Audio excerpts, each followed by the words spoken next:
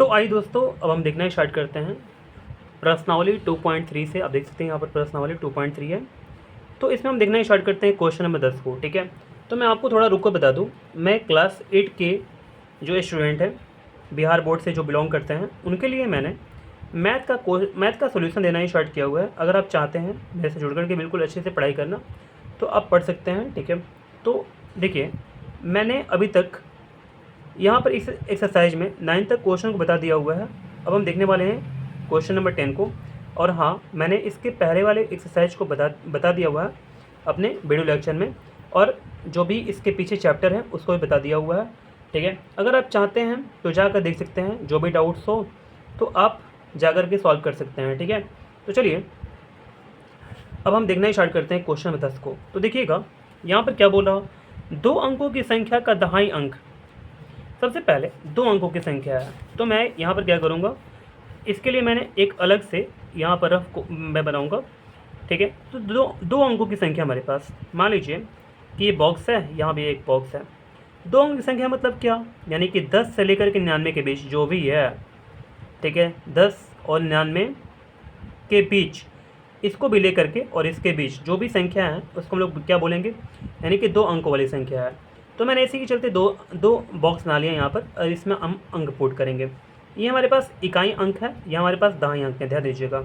ठीक है, हम लोग राइट से लेते हैं इकाई अंक, और फिर इसके बाद लेफ्ट में जाएंगे तो दहाई हो जाएगा। फिर इसके बाद अगर और होता है तो सैकड़ा, हज़ार, जो भी होगा ऐसे करके बढ़ते हो जाएगा। ठीक है, देखिएगा, तो 2 अंकों की संख्या का दहाई अंक के बारे में बोला हुआ है। यहाँ पर दहाई अंक है ना, इकाई अंक का तिगुना है। तो देखिए, अगर मान लीजिए कि ये वाला x है, ठीक है, ये वाला x है, तो ये वाला क्या होगा, 3x हो जाएगा। ठीक है, अब क्या बोला, यदि अंक बदल दिए जाएं, यानी कि अगर इसको ऐसे करके बदल दिया जाए, जैसे मान लीजिए यहाँ पर x है तो यहाँ पर 3x आ जाएगा। ठीक है, तो बोल रहा अंक बदल दिए जाएं तो प्राप्त संख्या मूल संख्या से 36 कम हो जाएगी। यानी कि प्राप्त जो संख्या है ना, मूल संख्या हमारे पास क्या है, मूल संख्या हमारे पास ये वाला था। ठीक है, और हमारे पास प्राप्त संख्या क्या है, ये वाला हमारे पास है प्राप्त संख्या। ठीक है, तो क्या बोला, यदि अंक बदल दिए जाएं तो प्राप्त संख्या ये वाला है, क्योंकि इसको बदल दिया हम। ठीक है, मूल संख्या से 36 कम हो जाएगी, यानी कि ये वाला क्या हो जाएगा, कम हो जाएगा। तो हम लोग घटाएंगे अगर, तो क्या आ जाएगा, हमारे पास 36 आ जाएगा। ठीक है, देखिए मैं फिर से एक बात समझाता हूँ आपको। जो अंकों का अगर पलटिएगा तो पलट करके हम लोग इतना लाए थे ना, ये वाला मूल संख्या था, इसको पलटेंगे तो हमारे पास ऐसा आ जाएगा। तो देखिए, ये मूल संख्या था, इसको पलट दिए तो ऐसे हो गया। तो ये क्या हो गया, 36 कम हो गया, यानी कि 36 कम हुआ, यानी कि घटाने के बाद इसमें दोनों में हम लोग क्या करेंगे, यहाँ पर 36 लिख देंगे। ठीक है, क्योंकि ये कम है, इसी के चलते मैंने इसको इसमें से घटाया हुआ है। ठीक है, तो चलिए अब क्या बोला, वह संख्या ज्ञात कीजिए। तो चलिए, मैंने आपको क्वेश्चन अच्छा सा बिल्कुल समझा दिया, थोड़ा सा और डिटेल में जानते हैं। ठीक है, इसको पहले हटा लेते हैं और फिर आगे हम बढ़ेंगे। थोड़ा यहाँ पर देख लीजिएगा, यहाँ पर क्वेश्चन में क्या बोला हुआ है कि वह संख्या ज्ञात करना है। ठीक है, तो चलिए अब बिल्कुल आपको अच्छे समझाते हैं, ध्यान दीजिएगा यहाँ से। ठीक है, हमारे पास 2 अंकों वाली संख्या थी, दहाई अंक जो था वो तिगुना था इकाई अंक का। ठीक है, यहाँ तक कंप्लीट हुआ बात। अब क्या बोला, इसको पलटने पर क्या होगा हमारे पास, पलटने पर यहाँ पर x जो है ना यहाँ पर चला जाएगा, और 3x जो है ना इसको यहाँ पर हम लोग ला देंगे। तो मूल संख्या से जो हमारे पास संख्या आई, मूल संख्या से ये वाला मूल संख्या ना, इससे 36 कम है। तो क्या करेंगे, घटा लेंगे, तो कितना आ जाएगा हमारे पास, 36 आ जाएगा। यहाँ तक बात समझ गए। मैंने आपको दोबारा अच्छे समझाने की कोशिश किया हुआ है। ठीक है, क्योंकि मैं जानता हूँ ये थोड़ा क्वेश्चन हार्ड है। ठीक है, और आपको पहली बार में समझ में आने वाला नहीं है, जब तक आप ध्यान से इसको बनाएंगे नहीं, सुनेंगे नहीं अच्छा से, तो आपको समझ में आने वाला नहीं है। ठीक है, तो चलिए अब हम आगे बढ़ते हैं। हम लोग लिखेंगे यहाँ पर, माना कि इकाई अंक की संख्या बराबर x। ठीक है, दहाई अंक की क्या हो जाएगा, दहाई अंक की संख्या बराबर कितना हो जाएगा हमारे पास, 3x हो जाएगा। ठीक है, यहाँ तक कोई समस्या नहीं आपको। ठीक है, आगे बढ़ते हैं। देखिए, अतः मूल संख्या बराबर क्या होगा, तो पता है क्या होगा, मैं लिखूंगा और आपको समझ में पक्का नहीं आएगा, ठीक है, फिर मैं समझाऊंगा तो आपको आ जाएगा। तो देखिए मैं क्या लिखता हूँ, 10 गुणा 3x प्लस x। आप बोलेंगे ये सब क्या है, ये तो मजाक है ना। तो देखिए मैं आपको समझाता हूँ, थोड़ा ध्यान दीजिएगा। ऐसे मान लीजिए कि मैंने 91 लिखा, तो आप बोलेंगे ये तो क्या है, यानी कि 10 गुणा 9 है, 10 गुणा 9 और प्लस 1 है, 10 9 90 1 91। मैं बोलूँगा कि अगर मान लीजिए कि मैंने लिखा यहाँ पर 79, तो ये क्या है, आप बोलेगा 10 गुणे 7 है प्लस 9 है, यानी कि अगर 7 है ना तो इसमें 10 में गुणा करेंगे, यहाँ पर 9 है ना दाहिने अंक पर, तो 9 में 10 से गुणा करेंगे, और जो इकाई स्थान पर है उसको जोड़ देंगे। यहाँ पर भी इकाई स्थान जो था ना हमारे पास, 7 किए 10 में गुणा किए, और जो इकाई स्थान पर था उसको जोड़ दिए इसमें। तो ऐसे करके अगर दो अंकों की संख्या देखते हैं आप, तो ऐसे ही रूप में होता है। तो मैंने भी क्या किया, यहाँ पर हमारे पास 3x था ना, तो मैंने 10 में गुणा कर दिया और प्लस x कर दिया। क्या गलती किया, आप बताइए, कुछ गलती किया गया नहीं।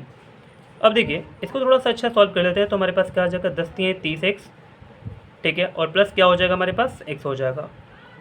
यानी कि अगर साफ साफ बोले हम लोग तो क्या हो जाएगा हमारे पास, 31x आ जाएगा। ठीक ठाक है। अब देखिए अब क्या बोला, संख्या को पलटने पर, ठीक है, नई संख्या जो बनेगी वो क्या होगी, अब पलटने पर नई संख्या बराबर क्या हो जाएगा। तो देखिए हम लोग पलट दिए ना, तो 10x और प्लस 3 आ जाएगा, 10x प्लस क्या आ जाएगा, 3x आ जाएगा। ठीक है, देख लीजिए 10x, यहाँ पर मैं आपको अच्छा समझा रहा हूँ, 10x हो गया ना, 10 में x में गुणा कर लीजिएगा, प्लस 3x आ जाएगा, तो इतना हो गया। 10x और 3x कितना होगा, 13x हो जाएगा। ठीक है, अब क्या बोला, प्रश्नानुसार कि जो हमारे पास संख्या आई हुई है मूल संख्या से कितनी कम है, तो देखिए 36 कम है। कितनी कम है, 36 कम है। तो 31x में से अगर हम 13x घटा लेंगे तो हमारे पास क्या आ जाएगा, 36। अब इसको थोड़ा सा अच्छा सॉल्व करते हैं। 11 में से जाएगा कितना हुआ, तो 11 में से जाएगा 8 हो गया हमारे पास। 2 में से 1 जाएगा कितना हुआ, 1 हो गया। 18x बराबर 36 हो जाएगा, 18 दूनी का 36 हो जाएगा, यानी कि x बराबर 2 आ जाएगा हमारे पास। यहाँ तक ठीक है, यहाँ तक समझ में आपको बात आ रहा होगा। अब देखिए हमने इसको x किसको माना था, यानी कि इकाई अंक की संख्या माना था, और दहाई अंक की संख्या कितने हैं, 3x है। अब लिखेंगे यहाँ पर, और 3x बराबर कितना हो जाएगा, तो 3 गुणा 2 बराबर कितना हो जाएगा, 6। ठीक है, अतः संख्या बराबर कितना हो जाएगा हमारे पास, दहाई अंक की हमारे पास संख्या क्या है, 6 है, तो 6 लिख दूंगा। इकाई अंक की संख्या हमारे पास कितनी है, तो 2 है ना, x इसको माना था, तो यहाँ पर हमारे पास 2 आ गया। तो हमारे पास आंसर क्या है, 62।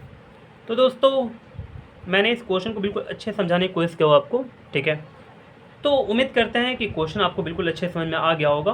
किसी प्रकार का कोई समस्या होने पर आप मुझे कमेंट कर सकते हैं।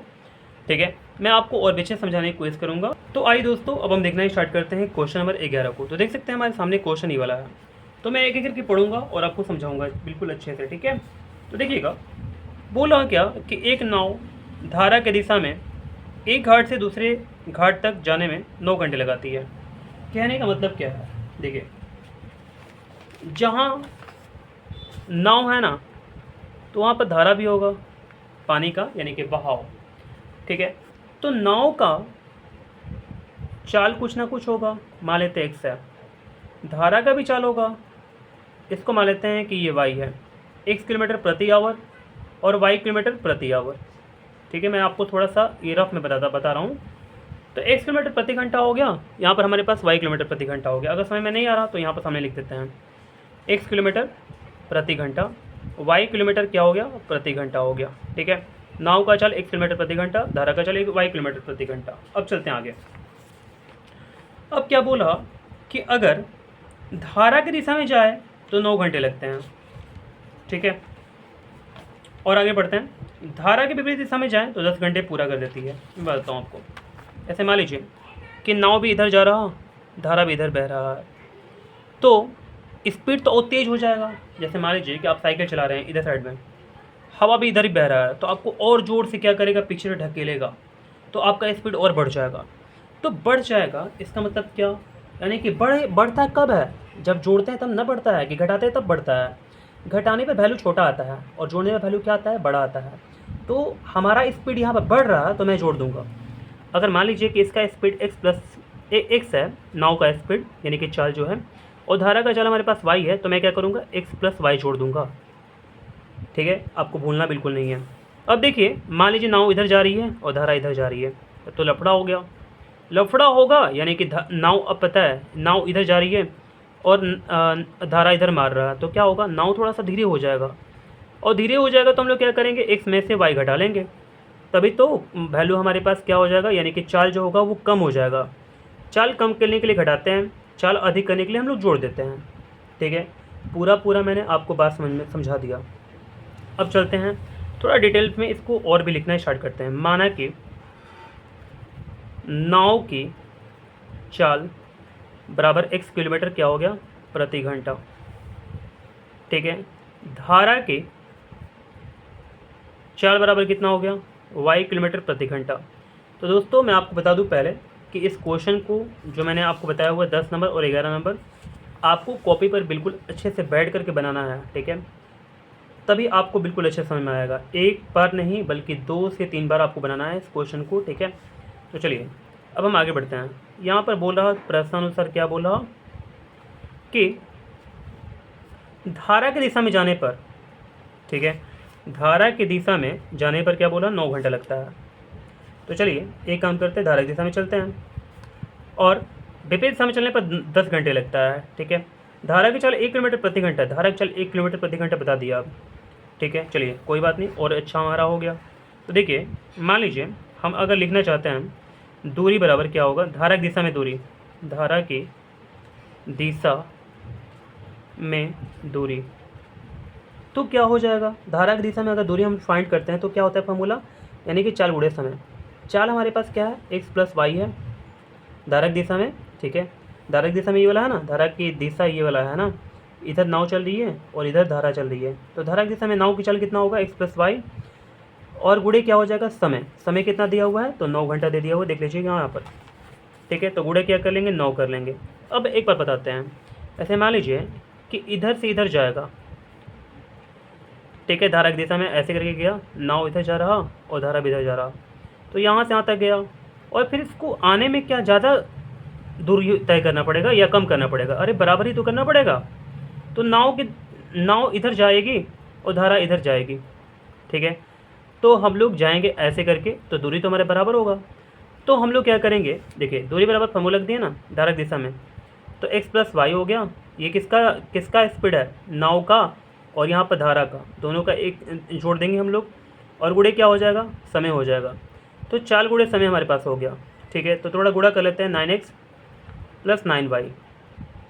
ठीक है, अब देखिए धारा के विपरीत दिशा में, ठीक है, दूरी बराबर क्या हो जाएगा, तो देखिए x माइनस वाई और गुणे क्या हो जाएगा, कितना घंटा लग रहा, तो यहाँ पर बोला 10 घंटा लग रहा, तो 10 घंटा हम लोग गुणा कर लेंगे यहाँ पर। ठीक है, अब देखिए तो यहाँ पर 10x हो गया माइनस 10y हो जाएगा। ठीक है, अब हम लोग क्या करने वाले हैं, ध्यान दीजिएगा थोड़ा सा।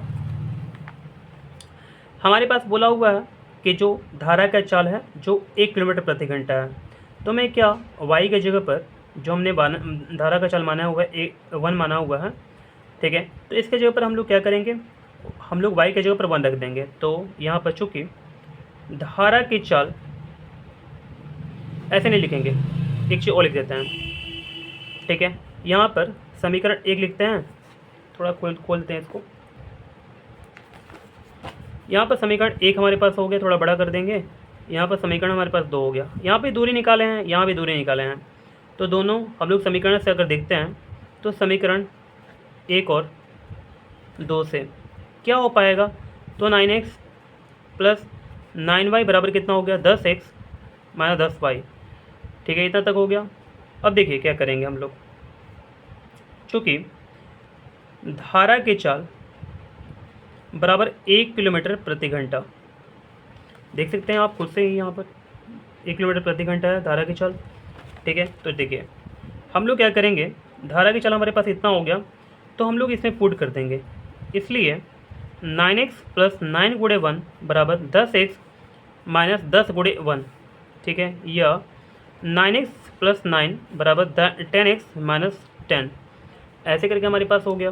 अब देखिएगा हम लोग क्या करने वाले हैं, यहाँ पर जो 9 है ना इसको छोड़ देंगे और यहाँ पर -10 है ना तो इसको +10 ला देंगे। यहाँ पर 10x है इसको ले लेंगे और 9x जो है इस राइट में जाएगा तो क्या हो जाएगा -9x हो जाएगा। या 10 और 9 कितना हो जाएगा 19 और यहाँ पर कितना हो जाएगा 1x हो जाएगा। तो या बोल सकते हैं x का मान लो कितना हमारे पास आ गया, यानी कि 19 आ गया। x हम लोग क्या माने थे, x हम लोग क्या माने थे बताया आपको, x हम लोग माने थे नाव की चाल। क्या माने थे, x हम लोग नाव की चाल। अब क्या बोला यहाँ पर ध्यान दीजिएगा, शांत जल में नाव की चाल, नाव की चाल क्या होगा, तो नाव की चाल हमारे पास कितना आ गया 19 किलोमीटर प्रति घंटा। तो अतः नाव की चाल बराबर 19 किलोमीटर प्रति घंटा हो गया। ठीक है, कोई दिक्कत नहीं है। अब क्या बोला कि दोनों घाटों के बीच की दूरी क्या होगी, तो देखिए हमारे पास 19 किलोमीटर प्रति घंटा आ गया ना। अब मैं क्या करूँगा, समीकरण दूरी हमारे पास ये वाला है ना, तो मैं क्या करूँगा इसमें वैल्यू को x की वैल्यू को और y की वैल्यू को पुट कर दूंगा। तो देखिए समीकरण 1 से तो हमारे पास क्या है, देखिए समीकरण 1 में हमारे पास क्या है, दूरी बराबर x प्लस वाई, देख रहे हैं समीकरण 1 में हमारे पास ये वाला है। देखिए दूरी बराबर क्या है x प्लस वाई गुणे 9, देख सकते हैं ना यहाँ पर, ये हमारे पास समीकरण 1 आया हुआ है। तो हम लोग x प्लस वाई गुणे 9 कर देंगे यहाँ पर। तो चलिए गुणा 9 हो गया और हमारे पास x का वैल्यू कितना है, तो x का वैल्यू हमारे पास कितना है 19 आया हुआ ना, देख लीजिए। तो 19 और गुणे y का वैल्यू कितना है, यानी कि धारा का चल कितना है 1 है, और यहाँ पर क्या करेंगे गुणा 9 कर देंगे। तो 19 1 20 हो गया, 20 गुणे 9 तो 180 आ जाएगा। ठीक है, किलोमीटर आंसर हो गया हमारे पास। तो देखिए दोस्तों ये हमारे पास एक आंसर आया और दूसरा हमारे पास ये वाला आंसर आया। तो देख लीजिए पूरा मैंने आपको यहाँ पर इस पेज पर पूरा क्वेश्चन को अच्छा समझाने की कोशिश किया हुआ है। किसी प्रकार का कोई समस्या होने पर आप मुझे कमेंट करें। तो चलिए दोस्तों इसी के साथ अब मिलते हैं हम लोग नेक्स्ट वीडियो में।